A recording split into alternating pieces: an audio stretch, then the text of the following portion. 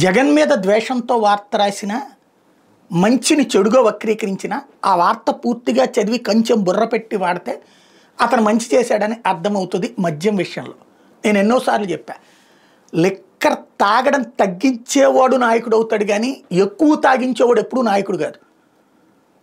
Liquor అనేటటువంటిది మనిషి జీవితంతో చెలగాటమాడుతుంది.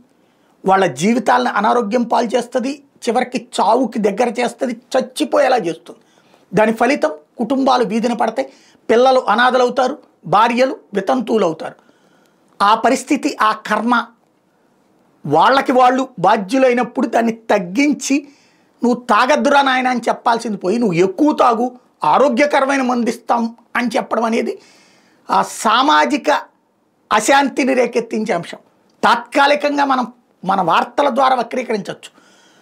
చచ్చిపోయిన మొగుళ్ళని చూసి ఏడ్చేటటువంటి ఆ మహిళలు, అనాథలైన ఆ బిడ్డలు రోడ్డెక్కి వీధులలో చివరికి అడుక్కోవడమా లేకపోతే కూలి పనులుగా వెళ్తుండేటటువంటి సందర్భంలో వాళ్ళ బ్రతుకుల్ని చూసినప్పుడు ఆ పాపం ఆ నాయకత్వాలదే. ఖచ్చితంగా అది తగ్గించే ప్రయత్నం చేయడం మాని దాన్ని గొప్పగా వర్ణించేటటువంటి నీచ జర్నలిజాన్ని సాగిస్తున్నటువంటి ఆంధ్రజ్యోతికి హ్యాట్స్ ఆఫ్ కాదు, థూ అని ఉయ్యలేకపోతున్నాం. అంతవరకే.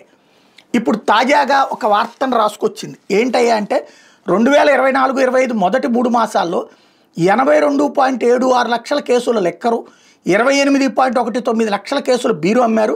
వీటి విలువ 7,086 కోట్లు. 2025-26 మొదటి త్రైమాసికంలో 1.02 కోట్ల కేసుల లెక్కరు, 64.64 లక్షల కేసుల బీరు విక్రయించారు. వీటి విలువ 7,889 కోట్లు.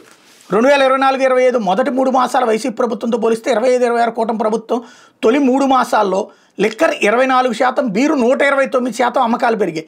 విలువ పరంగా పెరిగింది 11.3%, అంటే 800 కోట్లు. ఈ సొమ్ము ఇప్పుడు ఖజానాకి చేరితే గతంలో దీనిపై వైసీపీ పెద్దలకు కమిషన్లు చేరింది. ఈ దిక్కుమాలైన నేరేషన్ తప్పించి మందు ఎక్కువ అమ్మితే ఎక్కువ డబ్బులు వస్తే దాంట్లో ఏమి తేడా ఉందో నాకు అర్థం కాలే. ఎక్కువగా అమ్ముకుంటే. రెండవది, ఇక్కడ ఎక్కువ తాగిస్తున్నారు, ఇంత తాగుబోతులు తయారు చేస్తున్నారు, వాళ్ళ జీవితాలతో చెలగాటమాడుతున్నారు. మందు తాగితే ఆరోగ్యం అని చెప్పేవాడు నీచాతి నీచుడు, మందు తాగితే సంప్రదాయమైనటువంటి ఆరోగ్యం వస్తుందని చెప్పేవాడు రాక్షసుడు, సమాజానికి హాని చేసేవాడు. అదే నిజమైతే కనుక ఆ సినిమాలో ప్రతిదాని దగ్గర ఎందుకు మద్యం తాగితే ఆరోగ్యానికి హానికరమని రాయడం, ఏది వీళ్ళు చెప్పినట్టు ఆంధ్రజ్యోతి ఈనాడు వాళ్ళు చెప్పేటటువంటి ఆరోగ్యకరమైన మందు తాగండి ఆరోగ్యానికి మంచిదని చెప్పి రాయొచ్చు కదా. ఎందుకు రాయట్లా అంటే సినిమాల్లో అట్టుంటుంది, కేంద్ర ప్రభుత్వం అట్టుంటుంది, వీళ్ళేమో మందు తాగితే ఆరోగ్యం బాగుపడుతుంది, ఏదో మంచి ఆరోగ్యం వచ్చినటువంటి మందు ఇస్తున్నారు అనేటువంటి దిక్కుమాలిన నేరేషన్తో ప్రజల ప్రాణాలు తీయడానికి ఆ పాపంలో ఖచ్చితంగా వీళ్ళు కూడా ఆ పాపాత్ములే, నో డౌట్. మద్యాన్ని తక్కువ తాగించడంలో సక్సెస్ అయ్యాడు జగన్మోహన్ రెడ్డి. నేను అప్పుడు కూడా చెప్పా, మద్యం తాగించకుండా ఆపడానికే ప్రభుత్వాలు ప్రయత్నించాలి, లేదా దశల వారీగా తగ్గించాలి. తక్కువ తాగిచ్చాడని వీళ్ళే ఇప్పుడు రిపోర్ట్ రాస్తూ దాన్ని వక్రీకరిస్తున్నారు నీచ జర్నలిజంతో.